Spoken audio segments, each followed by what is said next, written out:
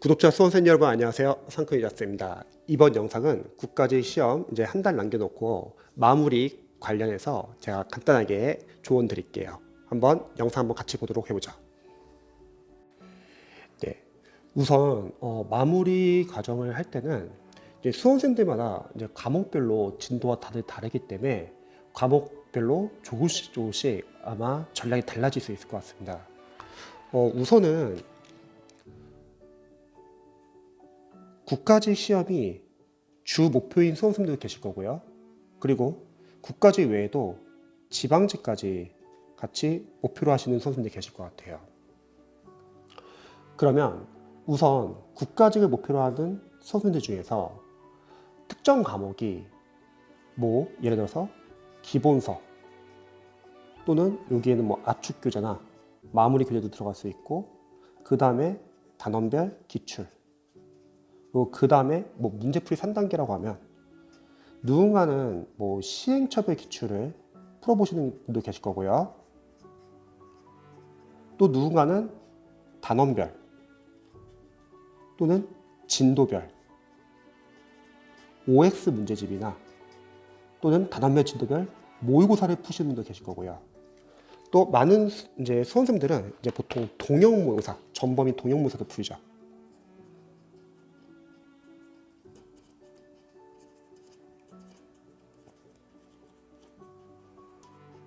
크게 이렇게 있다고 해볼게요.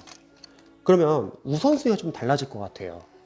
예를 들어서 기출을 아직 충분히 해독이 안 되신 수험생분들은 일단은 기출이 우선일 것 같아요. 그런 수험생분들은 기출이 해독이 잘 안 되어 있고 기출에서 주요 포인트가 암기가 안 되신 분들은 문제풀이보다는 일단은 국가직 시험 때까지는 기출을 최대한 해독을 하면서 중요 포인트 위주로 암기를 하시면 좋을 것 같습니다. 여기서 중요 포인트란 거는 여러 가지가 있을 수 있겠죠. 인강을 들은 과목 같은 경우는 강사님이 인강에서 중요하다고 선별한 부분이 있을 거예요. 그런 부분도 중요 포인트 거고, 수험생분께서 앞으로 해독을 많이 하면서 자주 반복되는 포인트, 이것도 중요하겠죠. 그리고 만약에 기출이 중요 직렬과 타직렬이나 기타 직렬이라고 할게요. 구급을 준비하시는 수험생들은 구급 국가지방직 서울시가 중요 직렬이라고 하고 7급은 타직렬이라고 할게요. 아니면 소방을 준비하시는 수험생들은 일단 소방 공채, 경찰도 마찬가지로 경찰 공채, 승지나 간부 시험은 좀 나중에 보는 걸로 하면은 일단은 중요 포인트라 했을 때 기출에서도 중요 직렬에서도 중요 포인트가 있을 거고 지역적인 포인트가 있을 것 같아요. 그리고 타직렬 기출에서도 중요 포인트가 있고 지역적인 포인트가 있다는 거죠. 그러면 일단은 이 중요 포인트, 강사가 선별해 준 거, 자주 반복되는 거, 주요 직렬에서 중요 포인트 위주로 보는 거죠. 자, 두 번째는 기출을 충분히 봤어요.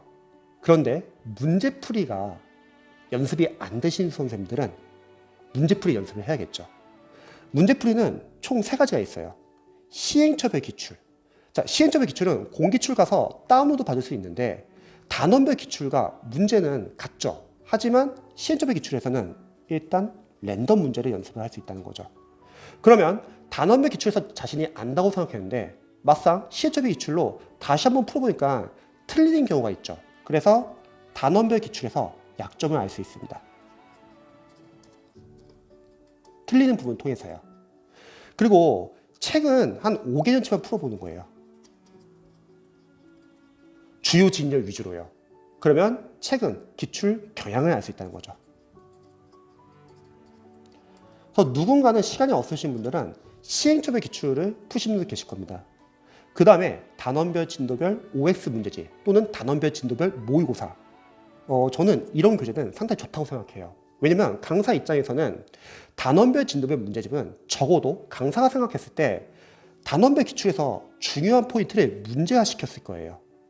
즉 이런 교재를 풀어보면은 단원별로 또는 진도별로 틀린 부분을 통해서 약점을 체크할 수 있습니다. 그래서 어떻게 보면 정리 효과도 있다는 거예요. 그래서 만약에 문제풀이가 많이 못 푸신 분들은 전범위 동형 모의사보다는 시행착오의 기출, 단원별, 진도별 문제집을 풀기를 추천드립니다. 이에 반해 전범위 동형 모의사는 많이 어렵습니다. 그 이유는 강사나 학원 같은 경우는 일단 강의나 교재를 팔아야 돼요. 그럼 어쩔 수 없죠. 계속 어렵게 출제를 합니다. 그리고 두 번째는 강사님들은 적중률을 높이기 위해서 많은 지역적인 문제들을 넣어요. 그래서 전범위 동형 모의고사에서는 수험생들이 자신감이 떨어지고 자존감도 낮아지고 정말 많이 힘들어하세요. 그런데 이 전범위 동형 모의고사는 우리가 점수가 중요한 건 아니에요. 모의고사가 점수가 잘 안 나온다고 하면 뭐 여러 가지 이유가 있겠죠. 기출에서 중요 포인트가 암기가 안 되었거나 이런 아웃풋 연습을 하는 문제풀이 연습이 안 되어 있거나. 그런데 점수는 너무 크게 신경 쓸 필요 없다. 왜냐면 실전 시험은 이렇게 어렵게 안 나옵니다. 강사님이 내는 것도 아니고 학원의 연구원이 내는 것도 아니에요. 출제위원이 낸다는 거죠. 그래서 점수는 크게 신경 쓰지 말고 여기서는 실전 연습을 하자. 실전 연습은 정말 다양하죠. 우리가 먼저 과목 순서 같은 걸 정할 수 있겠죠. 만약에 9급을 준비한다고 하면은 일단 저는 추천하는 거는 원래 시험지 나눠주는 순서 과목별로 푸시면 좋을 것 같아요. 그런데 국어라는 과목을 처음부터 풀기가 좀 힘들다. 그런 분들은 뭐 한국 사람 바꿔서 푸는 건 상관이 없습니다. 근데 취지는 뭐냐면 국어와 영어, 언어 과목이 뒤에다 놓고 풀지 않았으면 좋겠어요. 왜냐면 나는 국어랑 영어가 너무 시간이 뭐 부족하거나 약해. 그래서 다른 과목 먼저 풀고 그 다음 국어나 영어를 뒤에다 놓고 풀래. 이렇게 접근하시는 분들 많이 계시는데 근데 문제가 뭐냐면 시험은 어떤 과목이 어렵게 나올지 모릅니다. 자신이 잘한다고 생각했는데 그 과목이 어렵게 나올 수도 있다는 거예요. 그럼 거기서 갑자기 당황하고 긴장하고 그 다음 뒤에서 언어 문제를 응용된 문제 푸는 거 쉽지는 않아요. 그래서 원래 순서대로 풀긴 하되 만약 국어를 처음부터 풀기 힘드신 선생님들은 한국사 정도는 먼저 풀어도 괜찮습니다. 그리고 과목별로 시간 배분. 9급을 준비한다고 하면은 일단 뭐 국어는 대략 20분, 영어는 대략 뭐 30분, 다른 과목은 타 과목이라 할게요. 한 10분에서 15분. 그리고 OMR 카드는 5분에서 10분. 대략 정해놓는 거예요. 그리고 국어가 만약에 20분 잡고 풀려고 하는데 막 40분이 걸리는 거예요. 그럼 넘어가세요, 여러분. 그거 풀려고 하다가 뒤에 맞출 수 있는 문제 다 틀립니다. 시간이 없어가지고. 그래서 어느 정도는 시간을 정해놓고 이런 연습을 해보는 거예요. 시간 배분한 연습. 그 다음에 어려운 문제 나오면은 넘어가는 연습.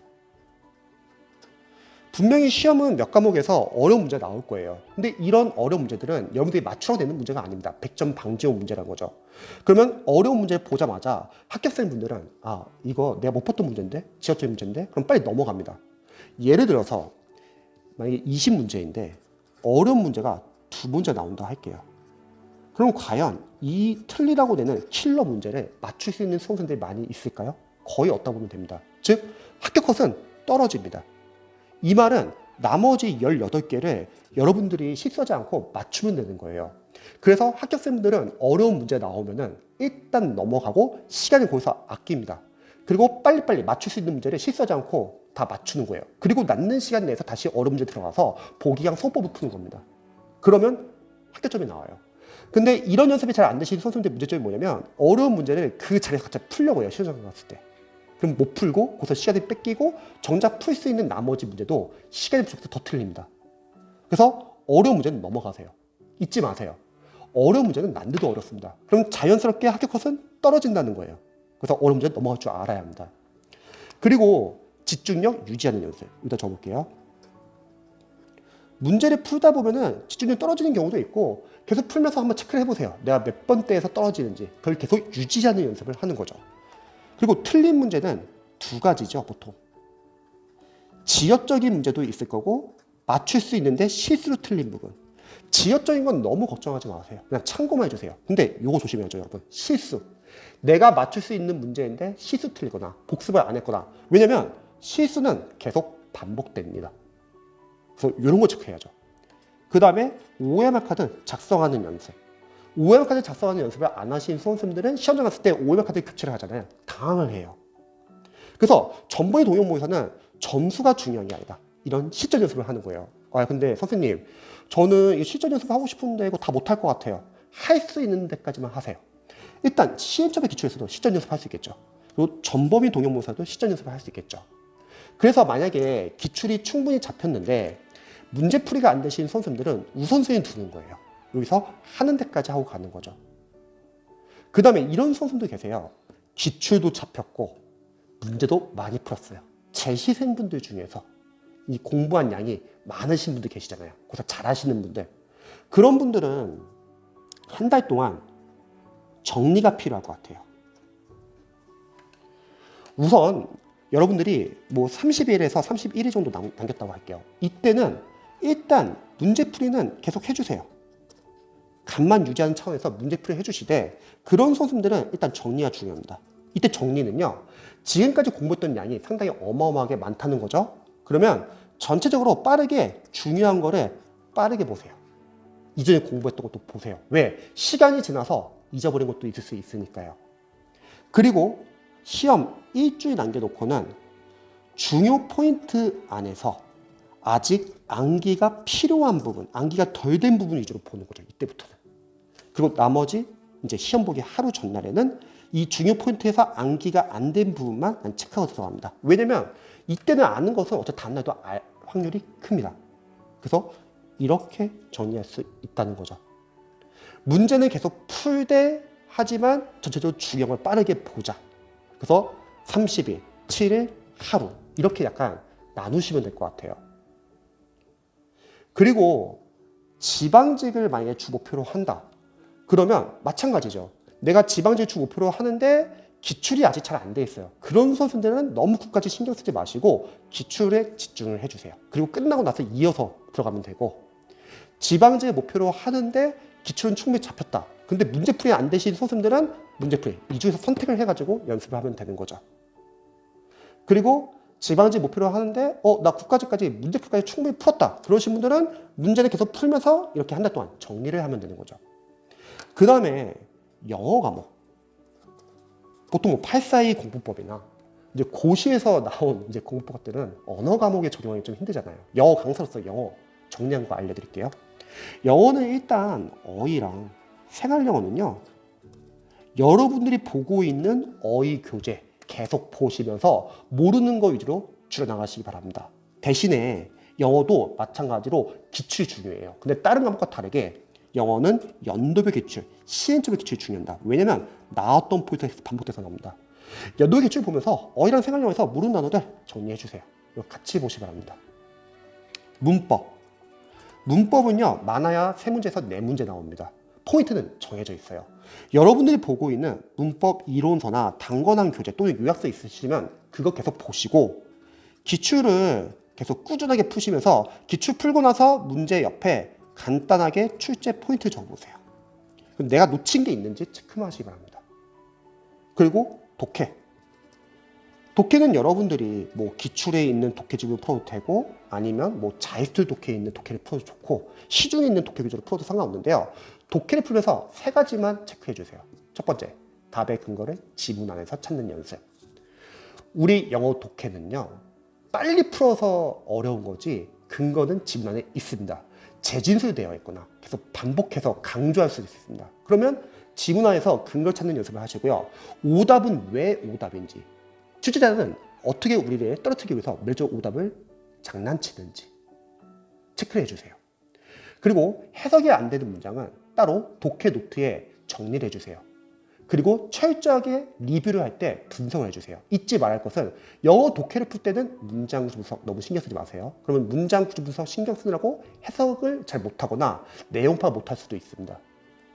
대신에 풀고 나서 리뷰를 할 때는 해석이 안 되는 문장을 철저하게 문장 구조 분석을 해야 하는 이유는 여러분들이 그런 연습을 안 하잖아요. 내가 어떤 문장이 어떻게 약한지를 몰라요.